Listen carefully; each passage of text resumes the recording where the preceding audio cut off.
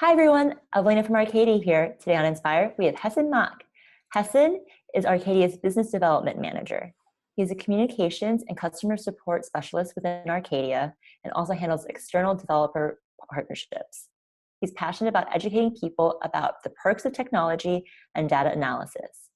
He believes that the best products are formed by the collective will and ingenuity of people who want to solve a problem. And that's why he's here at Arcadia, to help with building great marketplaces. Hi, Hesson. Great to Hi, have you. Thanks for Evelina. joining us. Thank you for having me. Of course. Okay, so super excited. Let's start, or why don't we start with you just introducing yourself a little bit and sharing what you want to talk about today. Sure. So my name is Hesson, as Evelina has mentioned, and I'm part of the business development team at Arcadia. So what we do is really try to link potential partners that can better Arcadia with our customers. And part of that would also be servicing our customers in Arcadia. So I'm really excited to share about customer service. I think that's a big topic for a lot of our customers that often get sidelined. So I'm going to be speaking from the experience of helping some of our customers get their platform up from scratch, and that sometimes includes building some sort of customer service capability. Awesome. Okay, so to get started, we'll start with maybe an easy question per se. What are some of the first steps when creating a customer service function for a new platform that users or anybody should be thinking about? It's a good question. I don't think it's that easy. As a business that's just starting out, usually the founder is going to be doing most of the customer service. And I think that's okay, because as the founder, you're going to have a lot of inside knowledge about how your platform works, how you intend the platform to work. And you're going to be the business owner, so you would want to be hearing from your customers as well. So to get people comfortable with you as their customer service manager, I don't think it's very difficult as a founder just starting out. And you would often be the person who's sourcing for these merchants to come onto your platform, or these users to come onto your platform. So they would already have spoken to you. So I think the first step to creating a customer service function to your platform is just to be familiar with it yourself. Get ready to train people as they come into your employment to start delivering good customer service as well. I think that would be the first step. Nice. So very interesting, because it's very true that obviously when you're just starting out, you have to do like a myriad of functions. So founders are both customer service as well as their own like accountants as well as their own BD. So with all these functions that they have to play with, and obviously like a lot of responsibilities, how much time do you think they should allocate to customer service? Or like if there's one, if they're breaking up their days, or if there's like one very troublesome customer that's just going through a lot, do you just put all your effort into that, or do you try to break it up so it's more manageable? I think that's a really good question. And the founder definitely has to allocate time to strategize his business as well. So that means that you might want to limit customer service to just the crunch time where you think most of your customers are going to come online and talk to you. That could be after work if you're dealing with a lot of entrepreneurs as your customers, or it could be early in the morning when people start checking their dashboards for things. So I would suggest to founders to focus their customer service efforts around those times. Obviously, you are going to receive odd requests outside of those times, especially as your user base grows. And that's when you might consider hiring staff for your customer service team as well. But that really depends on where you're at in your growth stage as well. Ooh, okay, so this is kind of perfect, because the next question that I have for you is, so you have a lot of stuff to do as a founder, you're doing customer service. What factors make you decide on hiring an outside customer service team or a customer service team in general versus doing it all yourself? It depends on the stage of your growth, as I mentioned earlier. There are crucial benefits associated with a small and compact team, especially when your platform's value proposition and support might change quickly. So at Arcadia, we kind of do something similar. We haven't overexpanded our customer service team. we've kept them close to the product team and to the quality assurance team so that when there's feedback from the customer, it gets immediately passed on to the quality assurance team or the product team. And you want to do that because as your platform is changing rapidly, you wouldn't want to keep retraining your customer service staff. Awesome. Definitely very interesting, when you are expanding and there are new features and everything's happening so quickly, to keep that small, tight-knit group. It is a very good point that, there's so much knowledge that needs to be shared, and it's very hard to share it with a lot of people, and you don't want to keep on, retraining, redoing everything. Yeah, exactly. So I guess that follows into the next question, which is, what are some of the biggest considerations to take into account when you want to structure your customer service team or customer support team? Yeah, I think the biggest thing is to understand your current situation. If you are spinning a business out from an existing community, for example, you would have had someone contact that community first and bring them on board. So, for example, we have had marketplaces that are built based on inviting a community of childcare experts onto their website to start training other people.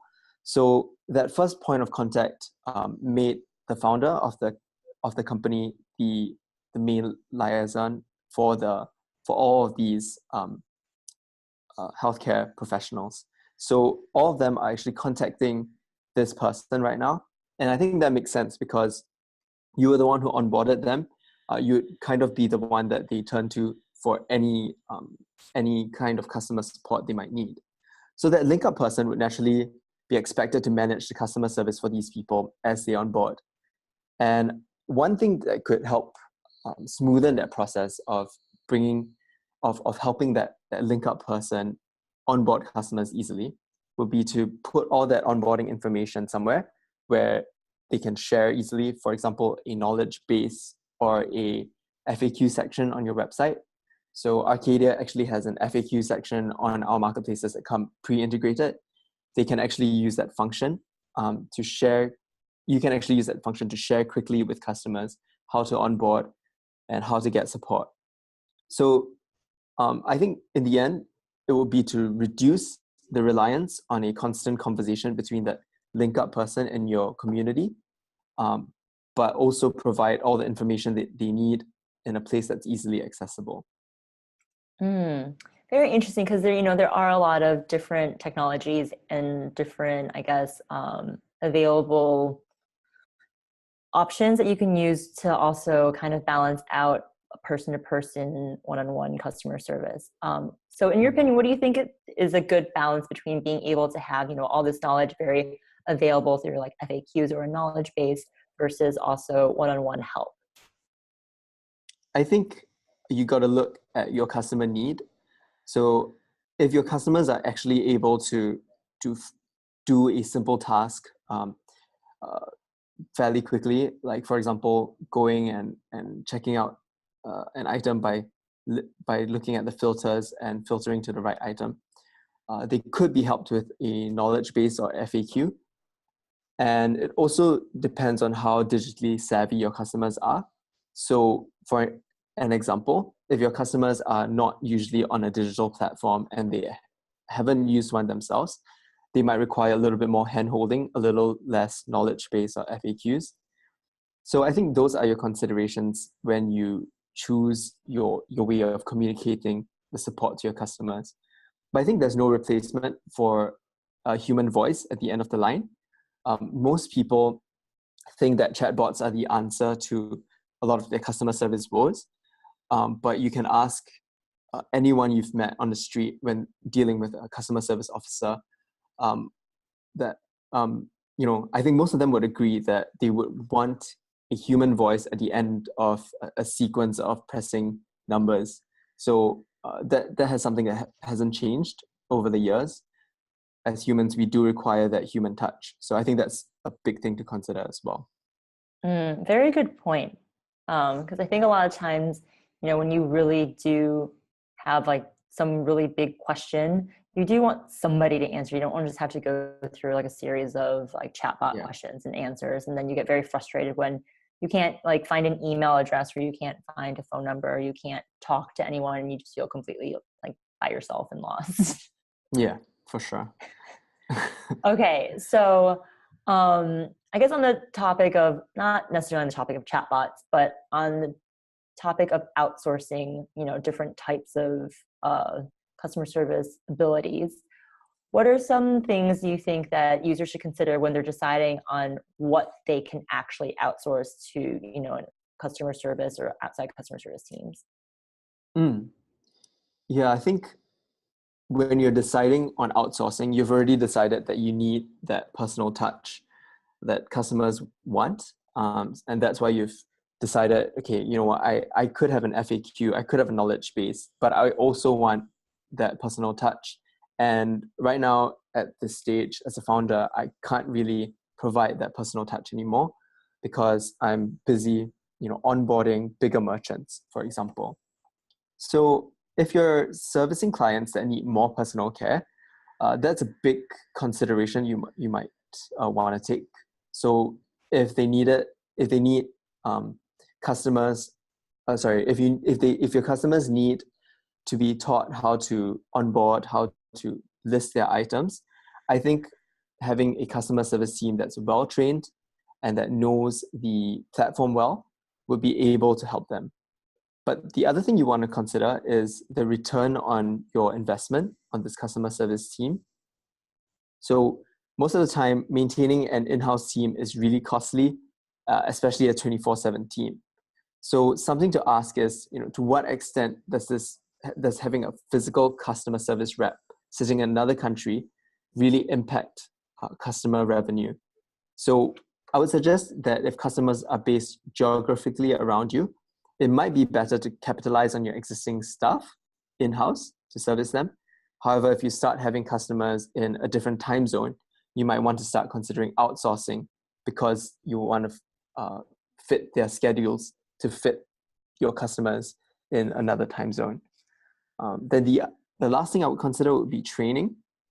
And I think a rule of thumb is to look at your customer employee onboarding process and the existing communication technologies. So if your existing employees already need to learn tons of technological knowledge regarding your company, then you might not want to be in such a rush to outsource, because that means that you would need to do a lot of training for your outsourced customer service care. However, if the job function is more simple and they can actually become competent customer service officers just by using your product for a little while, then you can consider outsourcing to another company as well. So I think the three main things, to summarize, would be what your customers are like, the return on your cost, whether it's really worth hiring an overseas team, and how easy it is to train your customer service team. Awesome. Very informative. So on the last subject of, like training the outsourced team, and maybe just, customer service team in general, what are some, I guess, technical competencies you'd want in your customer service team? Like, do they need to be technical? Like, what role does this play? That's a good question. So I wouldn't say that there's a technical skill that they need to have as a customer service officer. Those would usually be the developers in the company that have technical skill. And in some companies, your customer service officers would need to be developers because you're dealing with developers themselves. However, for most cases, I think the most important thing is problem-solving competencies. It's basically not just a desire to solve the customer's problem, but to take control of the situation, not just take what the customer is telling you and just trying to figure out how to go from there, but really to understand the root cause of the customer's problem and direct the customer's wants towards solving that problem in a way that's productive as well. So a simple example would be a customer tells you that this button isn't working, or this button isn't the color it should be. But on closer inspection, you might realize that the customers are doing something wrong in the way that they've clicked the button, or the way that they haven't finished including some settings before. So you can actually teach the customer to communicate that within their dashboard. So for example, adding words in there that prompt the customer to fill in the information before clicking the button. So those steps are actually things that an intelligent person would need to be able to do. So your customer service officer would need to really understand what the root problem is, tell the customer how to solve it. It isn't always, just changing the code or fixing the button, but really including step-by-step procedures that educate the customer's own stakeholders. So I think in summary, it's really to direct people to solve a problem rather than just taking on a problem and trying to figure out what the technical fix is.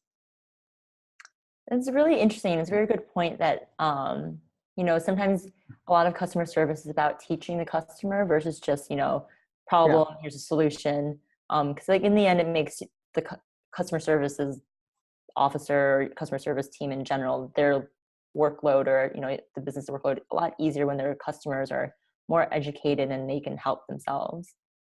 Yeah. All right. So earlier you had touched on, or you had mentioned in passing, 24/7 customer service. So in your opinion, what size should businesses be when they start hiring customer services so that they can offer, 24 hours, 7 days a week, service support? I think a rough guide would be the geographies that your customers are in when you're figuring out whether you want 24/7 customer service. But most of all would be whether you can afford it. So I think a company that's about 50 to 100 in size could start considering having, 5 to 6 customer service employees to do 24-hour service. And that's because you need that scale to be able to support your customer service team. You need to be able to be confident. You need your customer service team to be confident that the platform is stable before you can actually leave them on their own. Because they will often be without technical people during the after office hours. So I think those would be the considerations you'd have before you expand your team and get to a 24/7 service level. That makes a lot of sense. So how important do you think it is to have or to offer 24/7, customer support? I know that in this day and age, no matter where you are in the world, you're not necessarily aware of where the company is based. You kind of just expect support to be there near immediately or within a few hours. So what do you think? How important is it to offer that 24/7 option? I think it's actually almost a factor of business now because people are not restricted by physical store opening hours anymore. So when you're dealing with online customers, they're going to seem a lot more demanding, but actually it makes a lot of sense where they're coming from because they're opening up their computer and they're at your store. So they expect that same kind of service as they would from a physical store. So I think it's really a factor of business. But knowing that most of our platforms on Arcadia are just starting out, it's not always a possibility. However, I think telling your customers what to expect would be the more important thing in that situation. Yeah. Very interesting. So I guess on the subject of, telling your customers what to expect. So I wanted to touch on messaging. What kind of messaging, should businesses put out there so that, customers can expect the right kind of customer service for them? They, you set expectations where they should be. You're not over promising anything. Yeah. I think, having a good company about us section is actually underrated because people don't realize that people who are interested in buying a product would actually check out what the company stands for as well. And I think if you can communicate through that you're a small company that wants to do good things for your customers, they would be more understanding about the way that you answer customer service. Maybe it isn't 24 hours, But when you're answering, if you're more personable, if you're speaking to them as if they're your friends, it could go a long way in helping the customer service experience be a positive one, even if it wasn't, you didn't have the same team size as an Amazon or an eBay. You'd still be providing a different touch, not a quantitatively better touch, but a qualitatively better a better touch, one that really understands the human experience, one that shows empathy, and one that solves the problem by understanding the root cause. Very interesting. Yeah, because I mean, obviously, sometimes things are like time sensitive, so you want a quick response. But other times, when you do have a longer problem, it is nice to have the same touch point person, or that that more empathetic and just understanding, a customer service person who says like, "I'm really sorry, it sucks. Like, we're working on it. Like bear it with us," or something like that. And then it makes you like be like, "Oh, okay." Yeah, and that's exactly what we're like our customers should be going for as well. I think what you've just mentioned would be exactly what they should tell their customers. Not trying to get all defensive, but really telling them, "Hey, we understand this frustration.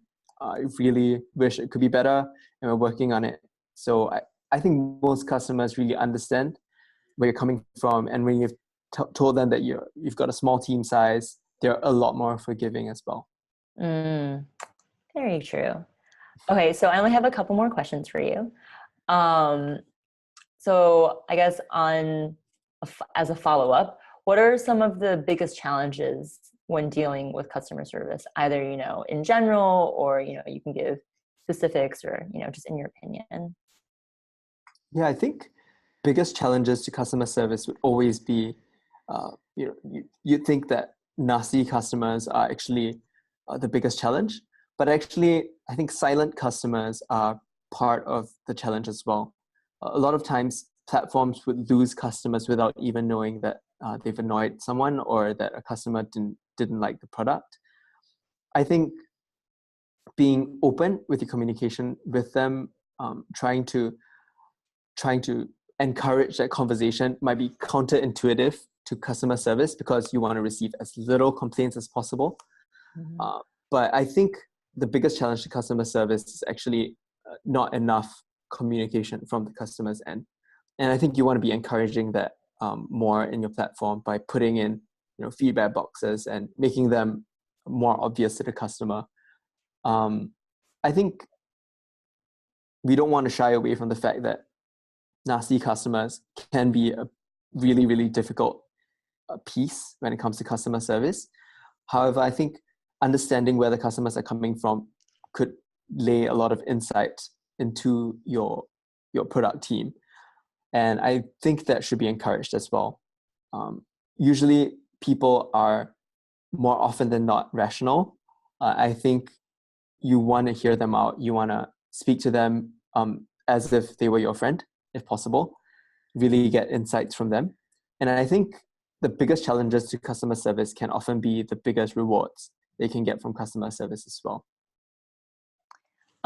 Lots of interesting points you just touched on, especially about the silent customer and, how that can actually be a huge problem. I mean, of course, nasty customers are always the ones that get the most attention because, you get this huge problem facing you and, you got to deal with it. But the function of customer service is most often seen as dealing with those complaints. And then you're talking about silent customers with, and then getting like feedback boxes, etc. What are some other functions that customer service you think that people should really think about in kind of utilizing their customer service team? I think it's exactly as you've mentioned. It's really as a like the hands of a business, really. That's how you manage the customer. That's how you interact with the customer. And that's how you really learn from the customer as well. I think the customer service officers, they are actually the brand advocates as well of the business. You want to hire them based on how they can stick by your company values with your customers. And those are big considerations when hiring your customer service team or outsourcing it for that matter. So yeah, that's a really good point. You can't just see customer service as, like wiping away the customer confusion part of a business. It's also the way that your business tells its story to your customers. Mm. Do you think that customer service should also be the ones who are reaching out to customers to, kind of touch base, see how they're doing and how they can help them? Or is that a different function altogether? I think when a company is small, it probably makes sense for all those functions to be in that same box. So customer success, customer service, it's often difficult to draw that line. Most large companies have drawn it because the customer success function needs to be able to influence products, quickly change features, on the fly to fit the customer. But I think actually customer service officers should be empowered to do the same in most businesses. I think if you're considering how to split that up, I think a practical tip would be to see the type of customers you're having. If they are mostly satisfied with the product and they've been using it for years, usually they just need a customer service officer that's helping them, get by on their day-to-day, check if something's wrong, or to do their account updates for them. However, if you're doing a new product that's pioneering new features, you want those functions to be more similar. All right, awesome. So last question for you is, what's one piece of advice that you'd like to share with everybody today? I think the one piece of advice I would like to share is that don't be afraid of customers.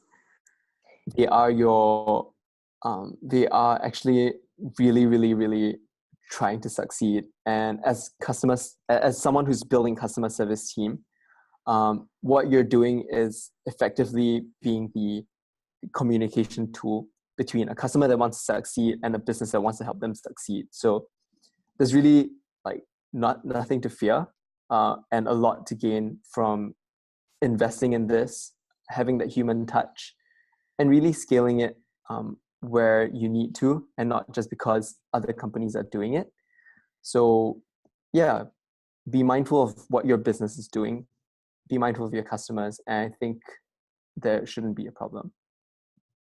Oh, great. That's really awesome advice. All right. So thank you, Hesson, for joining us today and sharing your thoughts on customer service and success.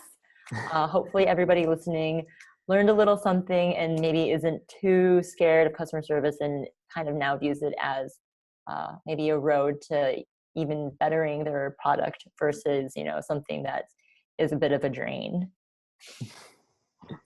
So if anybody wanted to reach out to you, what's the best way for them to contact you? Is it LinkedIn? Is it your email? I think LinkedIn or email is good. So you can just reach out to me on LinkedIn if you're on LinkedIn, at Hesson.Mak, I think. And yeah, email would be Hesson@Arcadier.com. All right, awesome.